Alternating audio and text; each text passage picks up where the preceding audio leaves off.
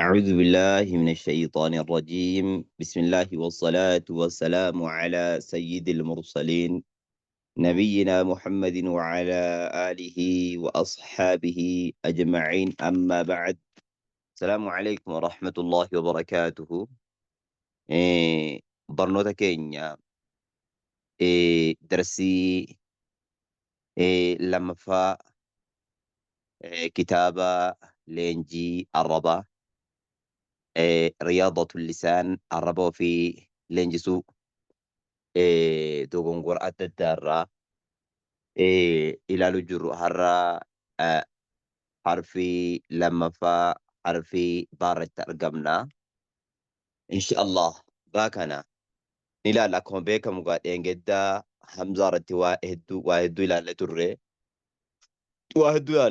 Waa hedduu sanarraa jechuudha. Insha Allah irrammoo jechuudha harfii baarrattis waan garaa garaadhaan ilaalla insha Allah yoo Rabbi jee. أكسان الحرف الثاني كوبين لما فادا إيجا همزاتي الباء يجودا باء إلى الضم باء ضم لم في ده ركون كف الباء يجود نجرا مكان سارا بعد الباء باء لالا بانكون maqaan isaadha ismuhu maqaan isaadha baa jenne jechuudha. Baan kun qubee lamarraa ijaarame. Baa mataa isaatii fi alifa sukuunarraa ijaarame. Baan kun muhaqqaqi moo muqaddari? Makhaarija keessatti jennaan muhaqqaqi dhugumaan jechuudha. Dhugumaan inni bootaa isaadhaa qabateetiyyee qara'amuu jira. Muqaddarii akkuma jechuudha qaraani muqaddari moo muhaqqaqitti qoodame inni qubeen muqaddarii fi muhaqqaqtu jira jennee har'ammoo inni garuu moo muhaqqaqii jechuudha. Inni ammallee jechuudha harakaa lama dheereffama. Baa jennee harakaa lama dheeressina. Baa alifni sukuunaa kuni maddu xabiyyii takkaanoo maddii aslii jamee yaamama. Baa fathaa alif sukuun baa jenna. Ayoo jechuudha alifni sukuunaa akkanatti jechuudha qubeen isa dura darbe kaa jechuudha isa dura darbe akka baa kun fathaa qabaatee alifni sukuunaa boodarraan akkanatti dhufe harakaa lama dheeressina. Harakaa jechuun maal jechuudha? Harakaa wanni jedhamu fathaa fi kasraa fi dhammaanis harakaa jedhama tokko. Ammallee jechuudha wanni dheereffamu kunis harakaa jedhamee yaamama lama. Harakaan mallee waraanni bakka tokko waan wanna bakka tokko dhaabbatee sossoo'uunis sossoo'u jechuudha. Bakka tokko waan dhaabbatee zib akka waraanaa sana faan garree zib bootaa tokko dhaabbatanii zib jedhanii waraanni kanuma hin deemne bakka tokkotti bakka sossoo'u jedhanii bakka tokkotti jechuudha dhaabbatee leenji'ee jechuudha. Sanas harakaa jamaa jechuudha. Harakaa guu jenne ammallee jechuudha harakaa lama dheeressinaa jenne. Madaalliin dheeressiisaa akkami? Madaallii dheeressiisaadhaa mee ilaalla. Madaalliin dheeressi isaadha maaliin madaallatteetiyyii maaliin safarattee dheeressitame amma baa jennee harakaa lama dheeressinaa jenne akkuma irratti baa harakaa lama dheeressin madaallii qabaachuu qaba. Baan harakaa lama dheereffamaa jennee wal bira dabarre amma namni kun madaallii ittiin dheeressu ni beekaa? Hin beeku. Fakkeenyaaf minaan kiyya kuni takkaanoo minaan mana keessaa qabaatu. Minaa kiyya kuni burcuqoo 60 takkaanoo jechuudha taanaa 60 aja'u xaanaa 60 aja'u 60 ta'uusaa sana akkamiin beeke? Safaru malee ni beekaa? Hin beeku. Safaree beekuu qaba jechuudha. Har'a nutis qubee harkifamu kana safaruu qabna safarree beekuu qabna. Safarree beekuu qabna barattoonni egaa fiiziksii baratan abbaa egaa barattoota fiiziksiitu warra kanuma safaraa. Karaa qaxxaamuraatiin safaruu ni dandeessanii karaa qaxxaamuraatiin safarraa. Karaa jechuudha malee kaanis karaa lachuu karaa hedduun safaruu dandeenya. Har'a immoo karaa lama safarra. Har'a jechuudha baa kana maddii kana karaa lama safarra. Karaa lama nuti ittiin safarru safara warra duraaniitii fi safara ammayyummaa akkuma duraan jedhi keenya maaliin safaraa turan? Dhundhumaan safaraa turan jedhe fiiziksii keessatti. Amma immoo meetiraan jechuudha malee safaruu eegalani. Amma immoo nutis alifa jechuudha akkanatti dhaabbatu kana harkaa lama dheeressinaa jenne. Harkaa lama dheeressinu kana kara lamaan safaruu dandeenya. Kara lama nuti ittiin safarru safara jechuudha ammayyummaatii fi safara duraaniitiin. Safarri duraaniidha dura safara duraaniitiin safarrame. Safara duraanii warri keenya safaraa turan abbootiin jechuudha ammallee duraanii sun safaraa turan sana ilaalleetiyyi safarraa jechuudha. Mee safara duraanii sana safara warri keenya duraanii akkamitti safaraa turan jennaan dhiifama afaan keessa na dhukkuba baay'ee tokko dubbachuun na jabaachuu jira. Harakaa lama dheeressina jenna. Harakaa lama dheeressan kana qubarratti quba kana akkana cumman jechuudha. Quba kana walitti cummanii akka isaan jechuudha malee qubeen kun harakaa lama dheereffama takkaanoo harakaa ja'a dheereffama takkaanoo harakaa shan dheereffama. Akkamitti dheeressinaa jennee jechuudha akka isaan itti madaalataa turane quba kana akkana walitti cumman. Quba kana walitti cummaneetiyyi harakaa lama dheeressina gujan quba kaasan jechuudha. Amma fakkeenyaaf baaguu jechuudhaan quba kaasan jechuudha. Yoo qubeen kun harakaa lama quba walitti cumman kana lama bira kaasanii dhiisan jechuudha. Yoo harakaa shan lama dheereffamu ta'e. Yoo harakaa jechuudha ammallee jaha dheereffamu ta'e quba kana walitti cummaneetiyyi quba kana jechuudha ammallee tara ja'a ta'e quba kana tokko lama sadii afur shan jaha jedha isii amma tokko cibsanii kaasanii jaha guutan jechuudha. Isinii galu jira. Nyachaati jedhannaa barreessaa wayii isinii galaa jiraatti. Yoommoo jechuudha ammallee harakaa jechuudha ammallee lama harkifamu ta'e shan harkifamu ta'e quba kana jechuudha cummaneemi tokko lama sadii afur shan jedhanii akkasitti kaasan jechuudha. Tokko lama sadii afur shan jedhanii akkasitti kaasan jechuudha. Akkasitti madaalataa turan jechuudha. Akkasitti quba kana cummaneeti akkasuma madaalamee fakkeenyaa quba irratti mee maddiirrachee jiru baa jechuudha. Baa jechuudha amma kaasuutan jira. Baa quban kaasuu jira amma quba ciibsee. Baa yoommoo harakaa jaha harkifamu ta'e baa jenni. Akkasitti jechuudha quba kana cummaneetiyyi akkasiin madaalataa turan. Madaalli isaanii harka kana walitti cummanee qixxee jechuudha maddicha harkifamu yoo maddicha harakaa shan harkifamu ta'e quba shanan jechuudha tokko suuta tokko tokkoon walqixa kaasuu miti beekadha. Bakka tokko tokko kaasuu hin taane tokko tokkoon kaasaneetiyyi harakaa shan akkan harkifamaa jiran. Yoo harakaa jaha harkisan taa'e quba shanan jechuudha tokko tokkoon kakkaasaneetiyyi baa jenne akkasitti jechuudha tokko tokkoon kaasanee madaalli kanatti jechuudha malee madaalli harkaa kanarratti madaalanneetiyyi harkisuu dandeenya jen jechuudha. Haadha kun madaallichi kun haxaa dogongora jenne. Madaalli ammayyummaatu dhufe. Kara lamaan laalla jenneemi madaalli qubaa kana inni tokkoffaadha. Qormaata irratti inni dhufa beekadha. Madaalli tokkoffaa kana inni tokkoffaadha. Inni lammaffaadhaa madaalli qubee irraati. Madaalli ammayyummaadhaa ka qubeeti. Ka qubee irratti madaalan. Sun ka akkami? Fakkeenyaaf qubee jechuudha malee maddiilee harakaa jaha harkifnu qubee kana jechuudha tara jaha jechuudha malee dubbisuu dandeenya. Fakkeenyaaf baabaa jennee jechuudha tara jaha. Baabaa hin jennu qubee irratti madaalanneeti. Fakkeenyaaf baabaa jenna gabaabsinee baabaa jennee maddii ittiin goonu. Kanuma maddii ittiin goonayyii baabaa jennetti jechuudha tara jaha qubee barreeffannee baa jenna. Baa jenne jechuudha. Baa yoommoo harakaa lama harkifamu ta'e baa jenna.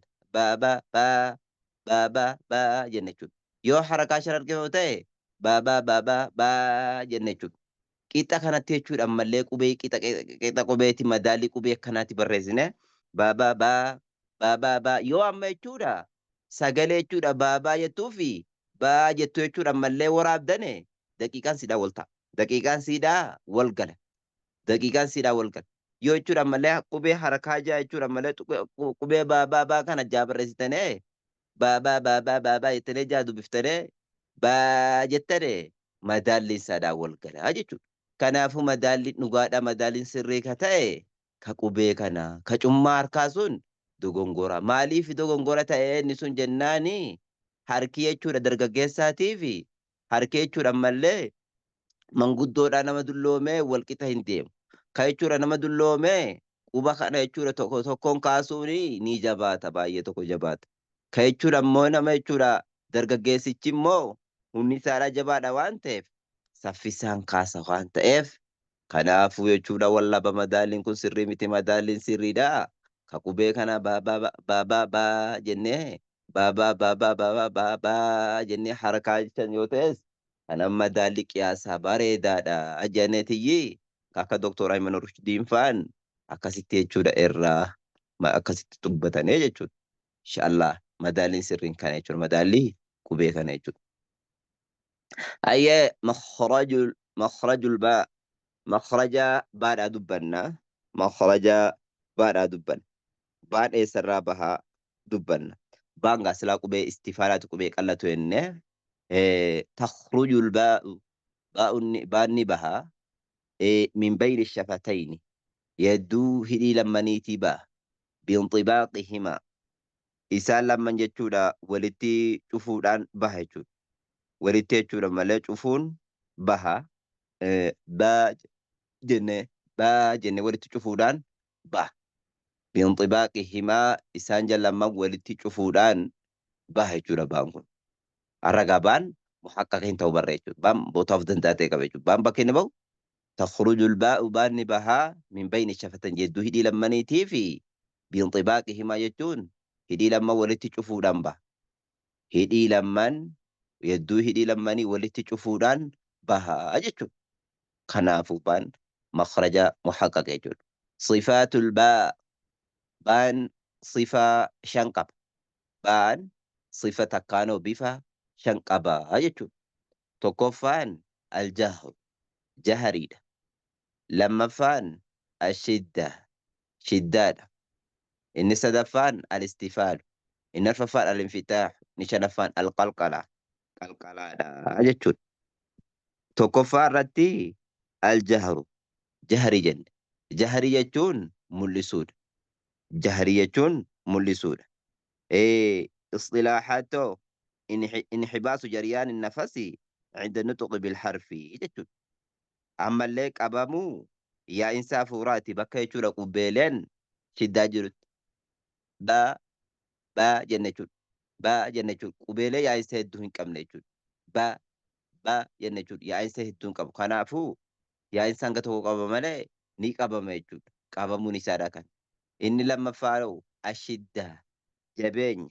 Shiddaa jechuun jabaatuu qubeetii qubee sana keessatti alquwwaa jenneetiyyi dubbisuu dandeenya jechuudha. Jabeenya jechuudha qubee irratti argamu yeroo isa dubbifnu jabeenya qubee irratti argamuuniyyi shiddaa jenneetiyyi yaamuu dandeenya jechuudha. Shiddaa jechuun inhibaasu jaryaani sawti qabamuudha jechuudha. Yaa'insi sagaleedhaa jenne عند النطق بالحرف بكا يجور حرفي قبي شديدة دبنو سنتي يا إنسي أفورادا قبمودا أجن إني اتئانو استفالة كيسا كاري شوفمود كيسا كان أمو يجور أفورا قبم يجور استفالة يجوني قبي قلتي كرام استفالة جتون الانخفاض اللسان انخفاض يجون قد قبود عربا كيني arraba keenya fiinxa isaa dura kana gaqqabnee dudda isaa kara duubaatiin ol qabnee qubeelee qalatu kana akkasiin afaan keessan teenye gochuudha. Baa jedha qaqqabame lala. Baa jedhame lala. Fiinxa arraba keessanii qaqqabamaa dudda arraba keessanii ol ka'eetii gabbaasa jechuudha qilleensatti isaa. Baa jedhame. Baa jedhame gabbaasa jechuudha. Kanaafuu akka sanaa jechuudha istifaala jechuun. Ammallee infitaax jechuunoo qubee afaan keenya kana addaan bannee baasuudha jechuudha. Afaan keenya kana addaan bannee. Akka jechuun tajaafaa kullu min xaa'ifati lisaan walxanaki al'aclaa ani al'aakhari hatta yakhruja sawtu jechuudha. Addaan fageessuudha gareewwan arrabaadhaa otoo jechuudha ama qubeelee biraadhaa dhaqee hin tuqiniin makhraja qubeelee biraadhaa dhaqee otoo ittiin bu'iiniin baasuudha jechuudha. Fiinxa arrabaadhaa otoo jechuudha makhraja qubeelee fiinxa arrabaadhaan bahin fagoon arrabaadhaa fagoo arrabaa dhaqee qubeelee bakka birootii bahin otoo hin tuqiniin baasuudha jechuudha. Inni jechuudha malee shanaffaadhaa qalqalqala. Qalqalaa jechuun hollachuu jechuudha. Hollachuu yeroo kam hollata jennaan qalqalqalaa jechuun ixxiraabul makhrajii sossowuudha. Inda nutqu bil harfi saakin bakka jechuudha qubeelee sukuunan qubeeleen jechuudha qalqalaadhaa shanan jechuudha sukuuna taatee guusiin dhufte yeroo isa dubbifnu ammallee hollachuudhaaniyyii hollina qubeelee ab eeguu jennu qalqalaadha amma jechuudha. Kanaafuu hollachuu sanaaniyyii qalqalaa jama jechuudha. Qalqalaan akka sana jechuudha. Hollachuu jenna jechuudha. Al-ittiraabiyatu hollachuu jenneetiyyi yaamna jechuudha. Ayya tadriibul leenjiidha. Calaa nuxqi dubbachuu albaa baa jechuudha dubbachuu mufradan tokko tokkoon jechuudha dubbisuudha jechuudha. Ab ab ab jenna jechuudha.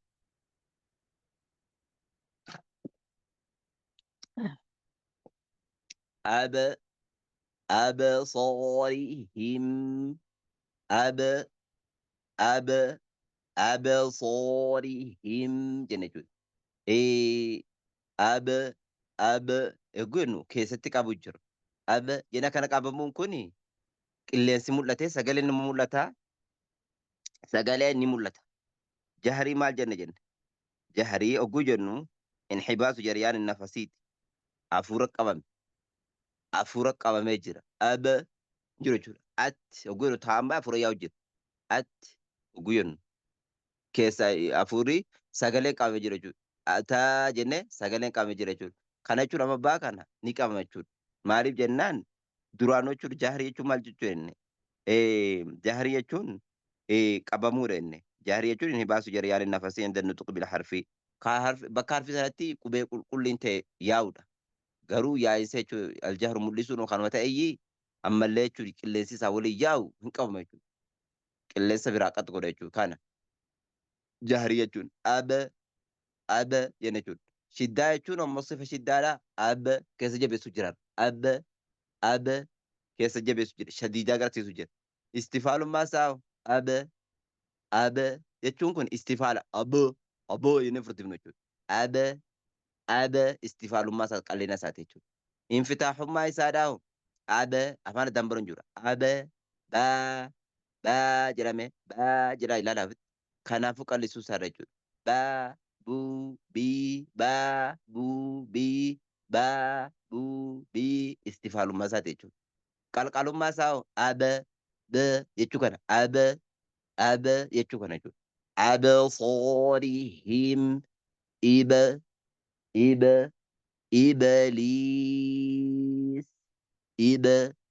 إبليس أبسلوا أبسلوا بعضكم بعضكم بعضكم بناء بناء jenna jechuudha. Modulee waliin godhee ofii jechuudha. Binaa binaa bukkum buk sifa shiddaa fi hamsi agarsiifne jechuudha. Bukkum bukkum jenna jechuudha.